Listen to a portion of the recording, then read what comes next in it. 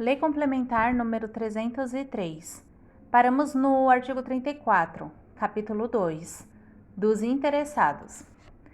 Artigo 34. São legitimados como interessados no processo administrativo: inciso 1. Pessoas físicas ou jurídicas que o iniciem como titulares de direitos ou interesses individuais ou no exercício do direito de representação. Inciso 2.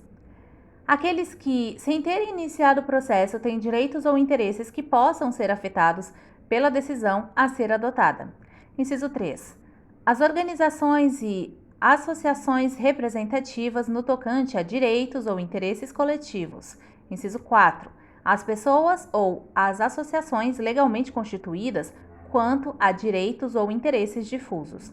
Artigo 35. São capazes, para fins de processo administrativo, os maiores de 18 anos, ressalvada a previsão especial em ato normativo próprio. Artigo 36. Os processos administrativos que tenham como interessado pessoa com idade igual ou superior a 65 anos terão prioridade de tramitação. Parágrafo 1. O interessado deverá comprovar a idade mediante a apresentação de documento oficial perante o órgão ou entidade a que o processo encontra-se vinculado. Parágrafo 2. A capa dos autos dos processos que tenham como interessados pessoas com a idade referida no caput deste artigo deverão ser identificados com os dizeres tramitação preferencial, idoso. Capítulo 3. Dos impedimentos e da suspeição. Artigo 37. É impedido de atuar em processo administrativo autoridade que, inciso 1, tenha participado ou venha participar como perito, testemunha ou representante, ou, se tais situações ocorrem quanto ao cônjuge, companheiro ou parente e afins, até o 3º grau.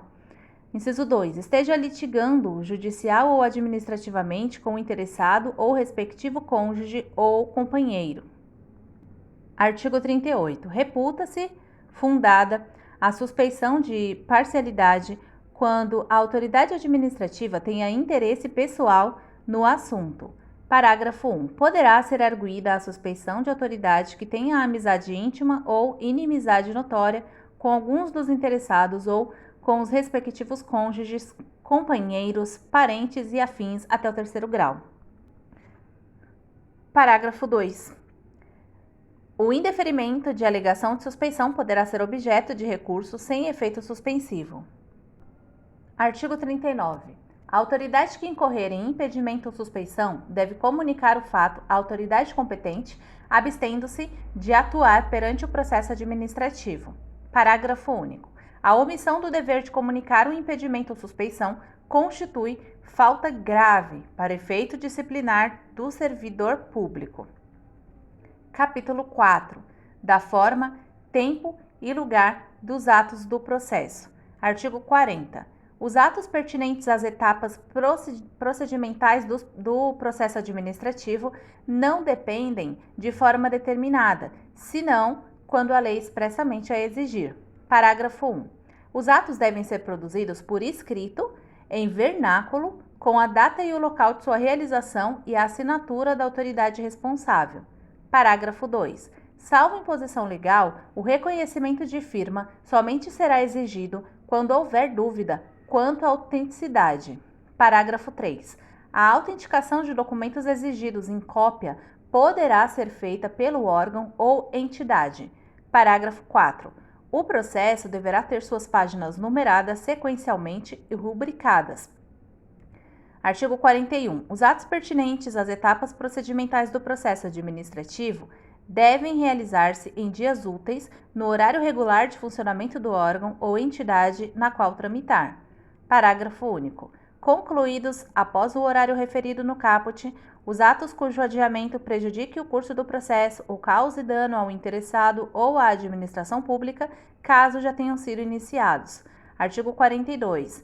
Inexistindo disposição específica, os atos expedidos por autoridade responsável pelo processo e dos interessados que dele participem devem ser praticados no prazo de 10 dias, salvo motivo de força maior. Parágrafo único. O prazo previsto no caput pode ser dilatado até o dobro, mediante decisão devidamente motivada. Artigo 43. Os atos pertinentes às etapas procedimentais do processo administrativo devem realizar-se preferencialmente na sede do órgão ou entidade, cientificando-se previamente o interessado se outro for o local de realização. Capítulo 5. Da comunicação dos atos. Artigo 44.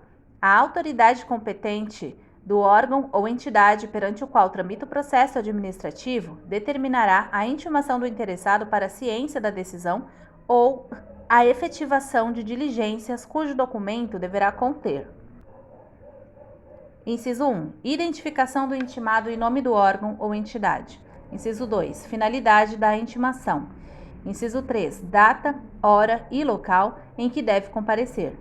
Inciso 4. Se o intimado deve comparecer pessoalmente ou fazer-se representar. Inciso 5. Informação da continuidade do processo independentemente do seu comparecimento. Inciso 6. Indicação dos fatos e fundamentos legais pertinentes. Parágrafo 1.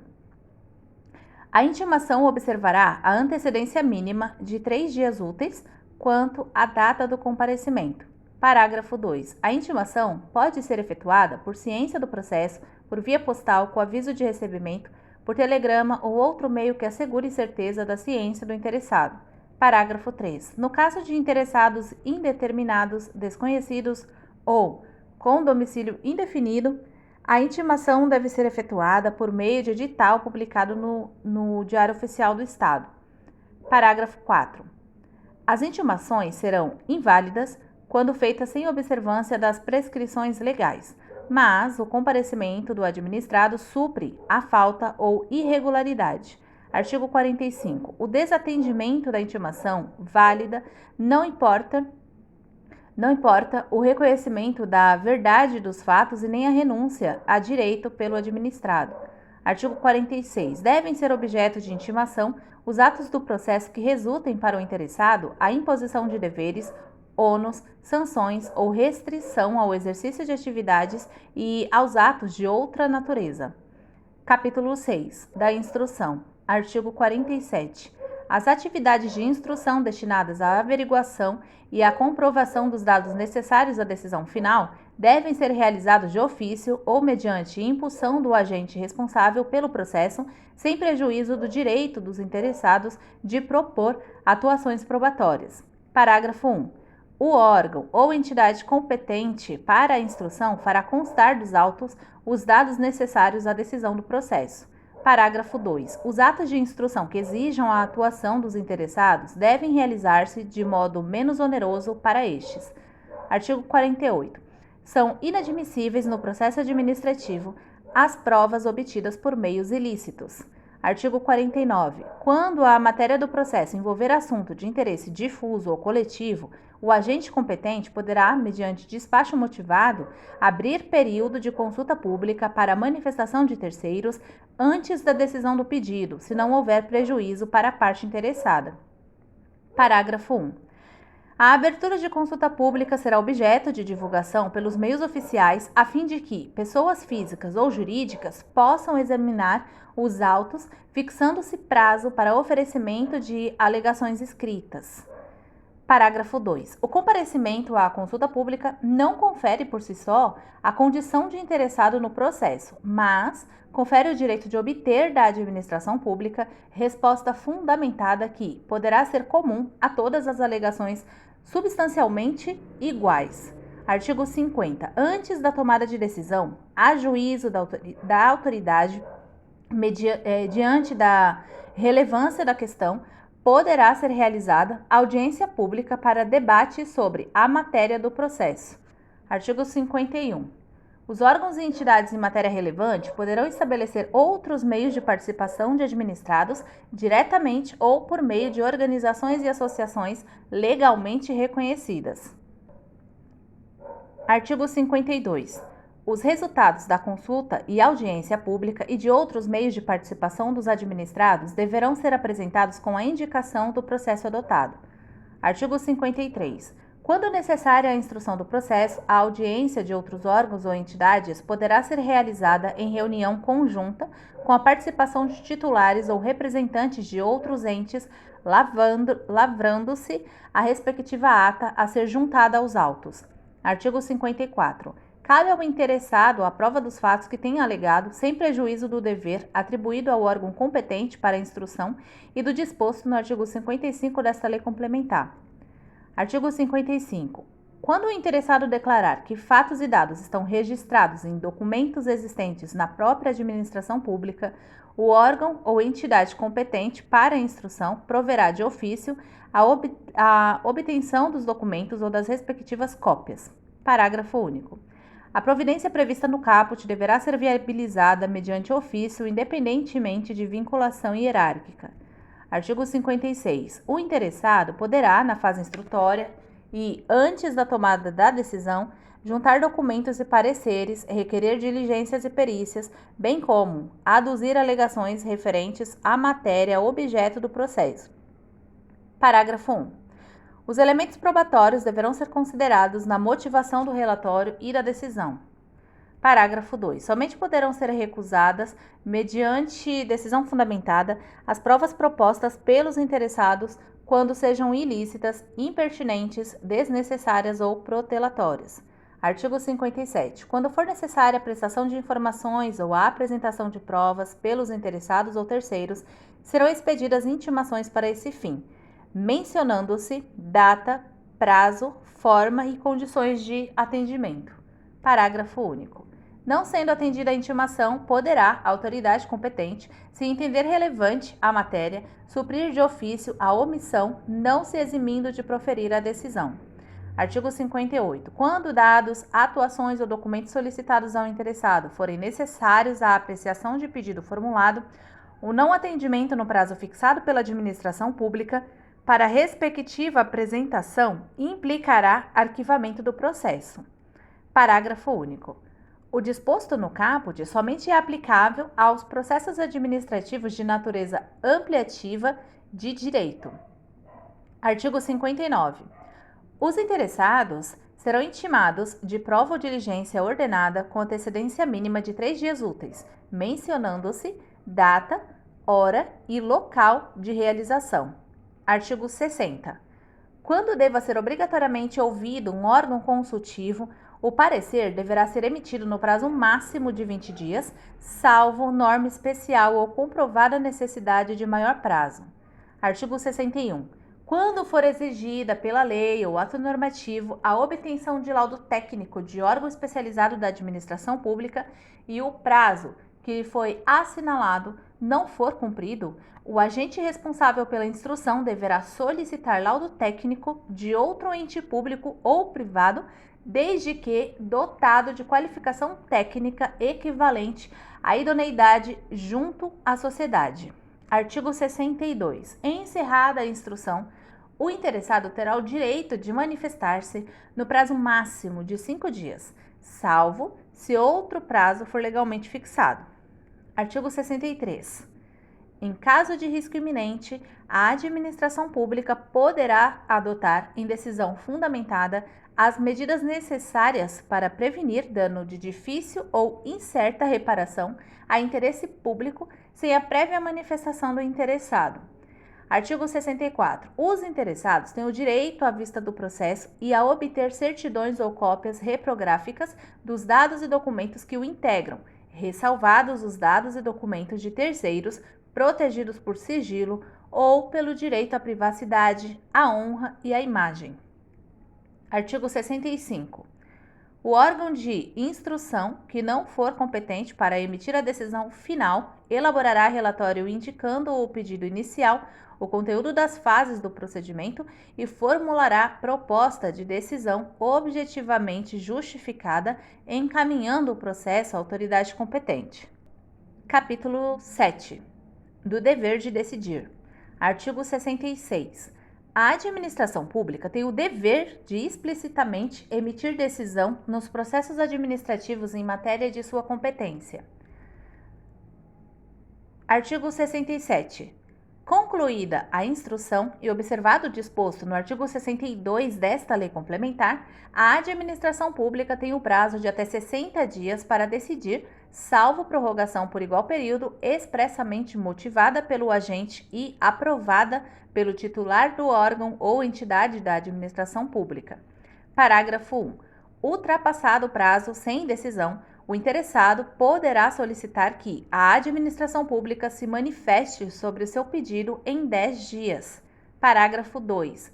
Na hipótese de persistir o silêncio administrativo, após observado o prazo a que se refere o parágrafo 1 deste artigo, o pedido formulado pelo interessado será considerado denegado. Capítulo 8. Da desistência e outros casos de extinção do processo. Artigo 68. O interessado poderá, mediante manifestação escrita, desistir total ou parcialmente do pedido formulado ou ainda renunciar a direitos disponíveis. Parágrafo 1. Havendo vários interessados, a desistência ou renúncia atinge somente quem a tenha formulado. Parágrafo 2.